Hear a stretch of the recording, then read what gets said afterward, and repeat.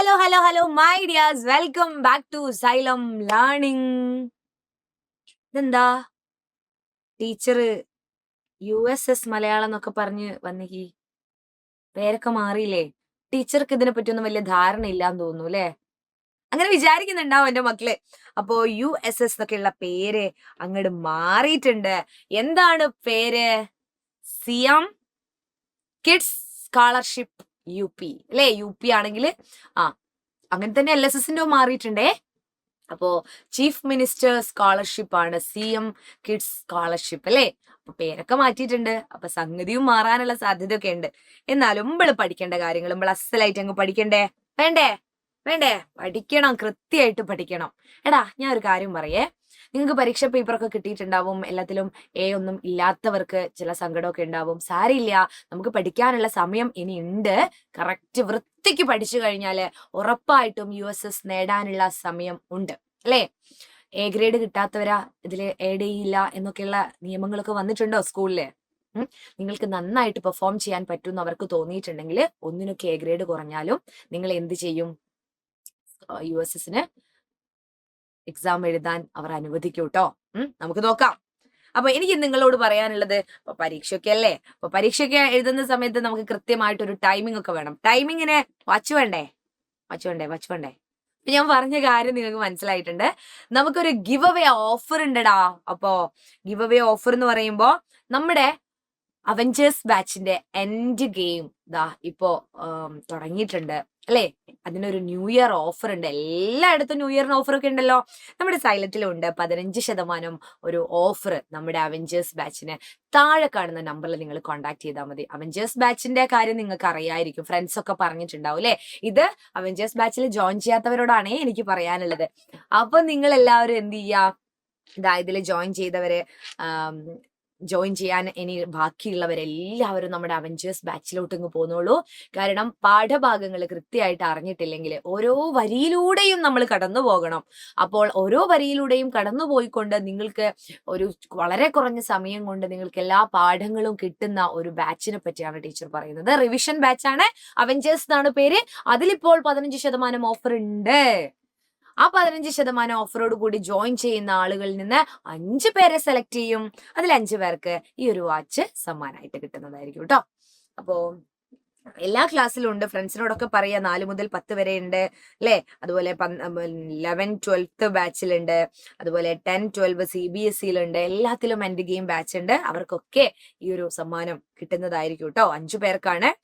അപ്പോ ഇത് 10 വരെയുള്ളൂ, 10-ാം തീയതി വരെ ഉള്ളൂ. അപ്പൊ എല്ലാവരും മറക്കാതെ ജനുവരി 10-ന് മുൻപേ ആയിട്ട് ജോയിൻ ചെയ്യാൻ ശ്രമിക്കുക. താഴെ കാണുന്ന ആ നമ്പറിൽ വിളിക്കുക. എല്ലാവരും എന്ത് ചെയ്യാം? അടിപൊളിയായിട്ട് പഠിക്കുക അല്ലെ? സിഎം കിഡ്സ് സ്കോളർഷിപ്പ് നിങ്ങൾക്ക് വേണ്ടേ? വേണം. അപ്പോൾ ഇന്ന് ഞാൻ പഠിപ്പിച്ചു തരുന്നത് സമാന പദങ്ങളാണ്. അതിനൊരു പാട്ടൊക്കെ വെച്ച് പഠിക്കുകയാണ് സെറ്റ്. സമാന പദങ്ങൾ വരാറുണ്ട്. പകരം പദം കണ്ടെത്തുക. 4 ഓപ്ഷനുകൾ തരും.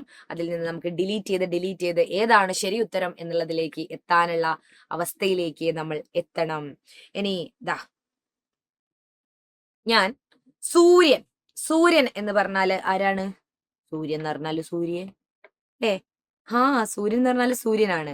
അപ്പോൾ സൂര്യൻ എന്ന് പറഞ്ഞാൽ രാവിലെ നമുക്ക് കിഴക്ക് ഉദിക്കുകയും പടിഞ്ഞാറ് അസ്തമിക്കുകയും ചെയ്യുന്ന അല്ലെ നമ്മുടെ പ്രിയപ്പെട്ട സൂര്യൻ. ഈ സൂര്യന് കുറേ പേരുകളുണ്ടല്ലോ. അപ്പൊ കുറേ പേരുകൾ നമ്മൾ മനസ്സിലാക്കി വെക്കുക. നിങ്ങൾക്ക് കുറേ പേരുകളൊക്കെ ഉണ്ടാവില്ലേ? എന്നോട് പറയാൻ പറ്റാത്ത പേരൊക്കെ ഉണ്ടാവില്ലേ? സാരമില്ല. എന്തായാലും സൂര്യന് ആദിത്യൻ, ആദിത്യൻ ഇല്ലേ? ആദിത്യൻ ഉണ്ടേ കമന്റ് ചെയ്യാട്ടോ. ആദിത്യന്മാരുണ്ടെങ്കിൽ ഒന്ന് കമന്റ് ചെയ്യാ. ആദിത്യൻ. ഭാനു ഉണ്ടോ? ഭാനുമതി, ഭാനുലക്ഷ്മി, ആരെങ്കിലും ഉണ്ടോ?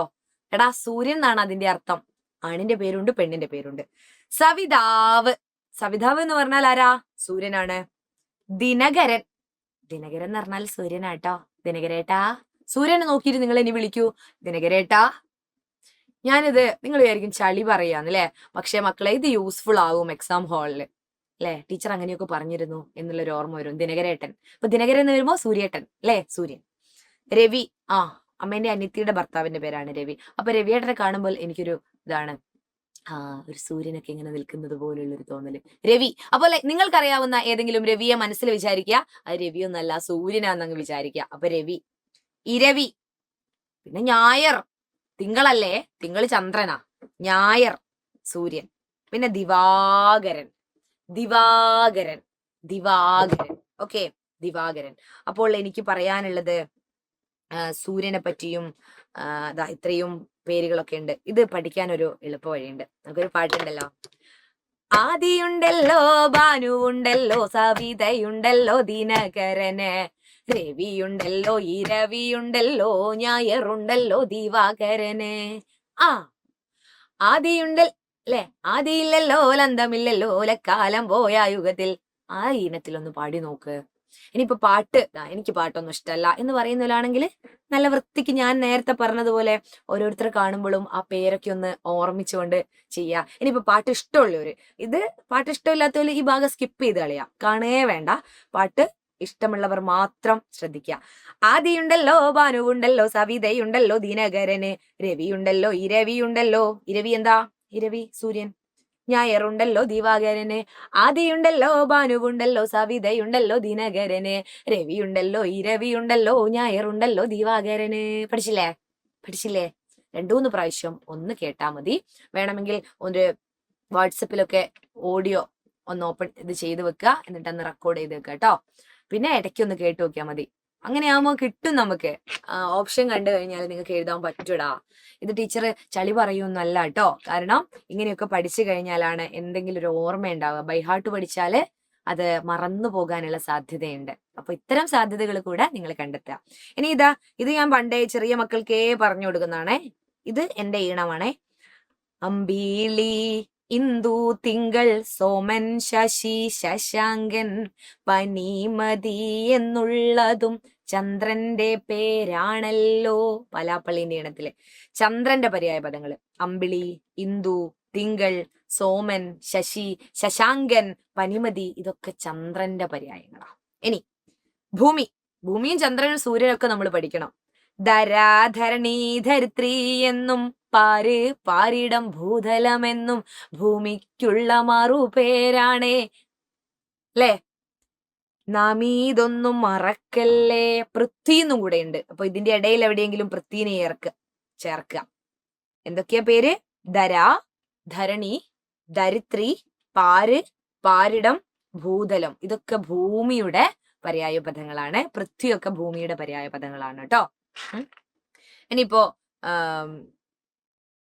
വൃക്ഷം, വൃക്ഷത്തിന് ഇങ്ങനെ കുറെ ഇതുണ്ട്, എന്ത് പര്യായ പദങ്ങള്, അതൊക്കെ നമ്മൾ പഠിക്കണം.